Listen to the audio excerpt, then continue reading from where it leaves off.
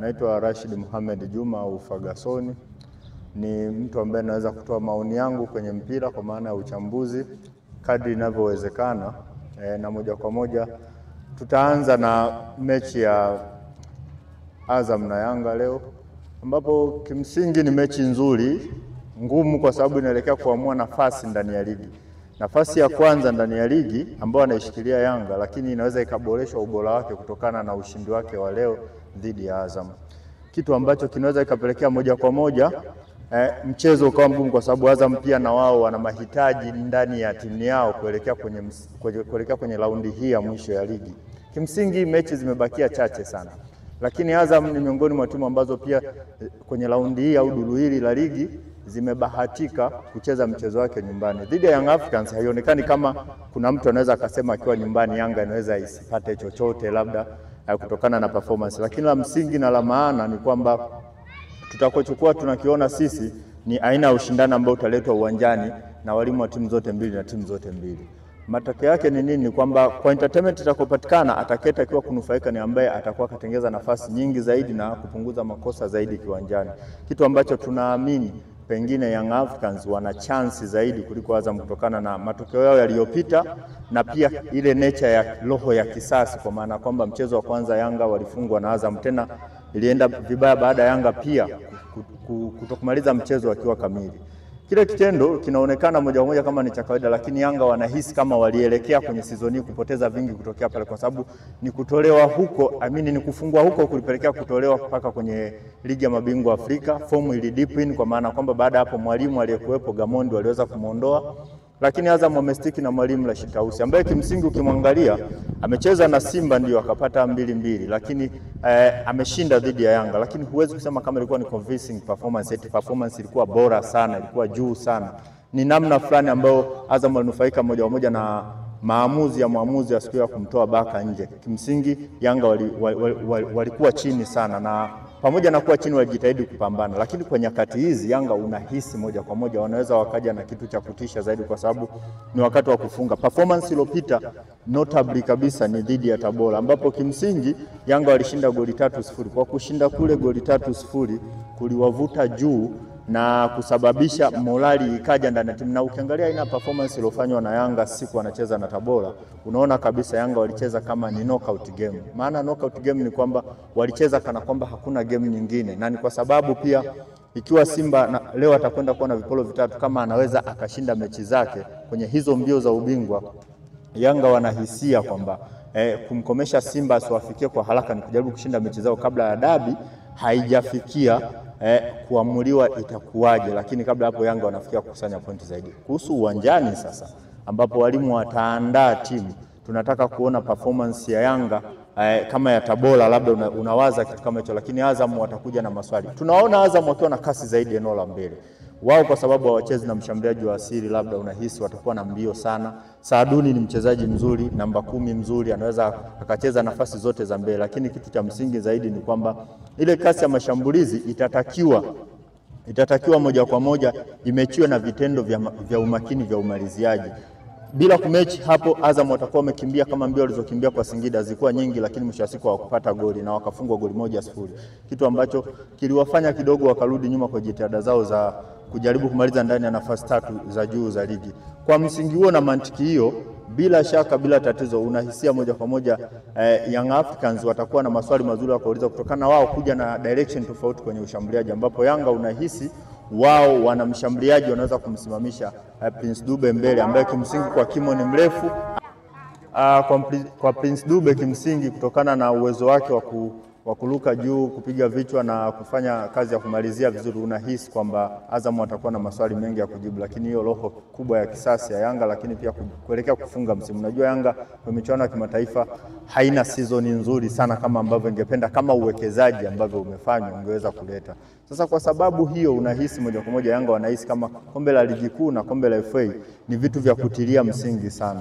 Kwa mantiki hiyo nadhani mchezo utakuwa mgumu sana. Unasema kuhusiana na swala zima la kocha. Ndio. Kwamba mechi ya kwanza ambayo Yanga alifungwa kulikuwa na kocha mwingine. Ndio. Sasa hivi pia kuna kocha mwingine. Ndio. Kocha ambaye hajakutana na Azam. Hiyo na yenyewe unaweka vipi? Kwamba unawapa asilimia kushinda kwa sababu ni kocha mpya.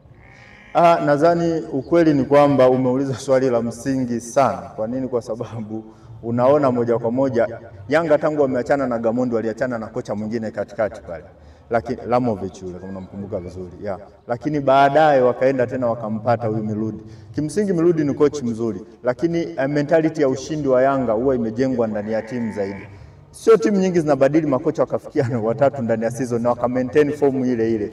Inahitajika labda kwa nchi huo Yanga zaidi, tofauti na hapo unaweza ukajikuta pabaya. Wapo ambao wamebadilisha kocha mara moja tu na wakatoka barabarani, lakini Black Star na wengineo umekuwa wanabadili makocha na mambo hayawi mazuri. Lakini kwa Yanga kwa sababu msingi upo wa upambanaji unahisi, lakini pia kulingana na mwalimu alivyokaa na timu, kwa sababu kuna hii michezo ya ligi kuu iliyokuja hapa na hapa karibu kwa karibu, unahisi kwamba mwalimu ameweza kufanikisha mbinu kuingiza ndani ya timu walau kwa nusu ya ambavyo angetaka, kwa sababu asilimia yote ya wachezaji yeye hajahusika katika kuhakikisha wanakuwepo Yanga, lakini kwa quality zilizopo amejaribu kutumia hizo rasilimali. Na mwalimu mzuri ni yule, sio yule tu ambaye atataka timu yote ende nao pre-season kwanza eti ndio akatengeneze mbinu kule, hata ambaye anaweza kutumia vilivyopo pale pale kuhakikisha kwamba timu inajaribu kushinda. Sasa ile mechi ambayo walifungwa mara ya kwanza Yanga, ndio nini ambacho wewe uligundua kwamba Yanga yalikuwa ni makosa makubwa ambayo yaliyafanya wakapelekewa kufungwa kwenye ile game, na ambayo sasa hivi unaona kama yameshakuwa clear na unawapa nafasi ya kushinda? Kwanza jambo namba moja, wameondoa ile inaitwa tashwishi, yani ile hali ya hisia kwamba kuna mtu haamini katika kocha aliyopo, kuna mtu labda ana maswali Gamondi huyu ndo wakati ule, yani hiyo hali ya kukosekana kwa hiyo hali ya sintofahamu inaonesha kabisa moja kwa moja watu wote wanaliendea jambo kwa uwiano sawa. Utakumbuka kabla ya mchezo wenyewe wa Azam tayari mashabiki tu wa kawaida wa Young Africans walikuwa wameshaanza kuhoji uhalali wa mwalimu Gamondi kuendelea kuitumikia Yanga, kutokana na kweli alikuwa anapata matokeo wakati mwingine, especially kwenye game ya dhidi ya Black Stars alikuwa anaweza akapata matokeo, lakini shida ilibaki kuwa eneo moja, ni kwamba performance ya Gamondi, ya timu ya Gamondi wakati anawafunga Black Stars haikuridhisha wengi. Lakini kwa sasa hivi angalau kila mtu anampa ile kitu inaitwa backing mwalimu, backstop tuseme. Mwalimu anakuwa anajua akifanya chochote anaaminiwa na timu. Yaani timu inamwamini mwalimu kutokana na performance inaonekana na matokeo yanayoletwa.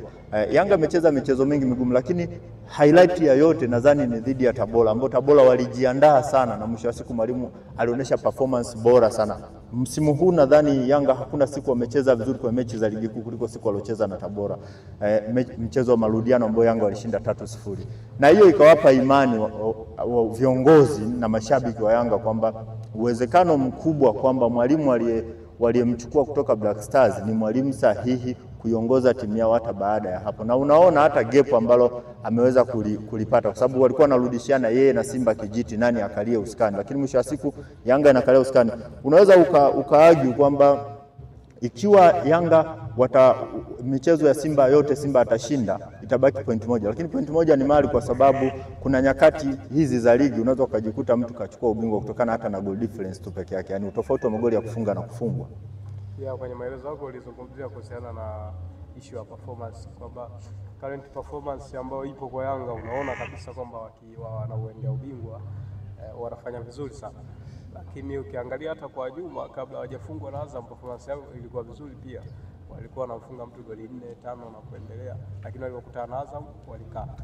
Nadhani mwaka huu kama weather zilipatikana wakati wa Gamondi goli 5, ilikuwa ni ngumu sana kuzibashiri zilikuja vipi. Yaani performance unaweza unaona timu ilikuwa inapata matokeo, lakini performance kiwanjani ilikuwa haipo. Na unajuaje kama timu ina performance kiwanjani? Angalia combination kiwanjani. Cross ya Max Zengeli kutoka kwake kwenda kumpatia cross ya Max Zengeli kumpatia Pacome ikawa assist ya mchezo uliopita wa Yanga dhidi ya Coastal Union, mechi ya ligi kuu. Inaashiria kuna mahusiano ya kiuchezaji, zile combination kiwanjani, kwamba namba 6 anawasiliana vizuri na namba 8 wake.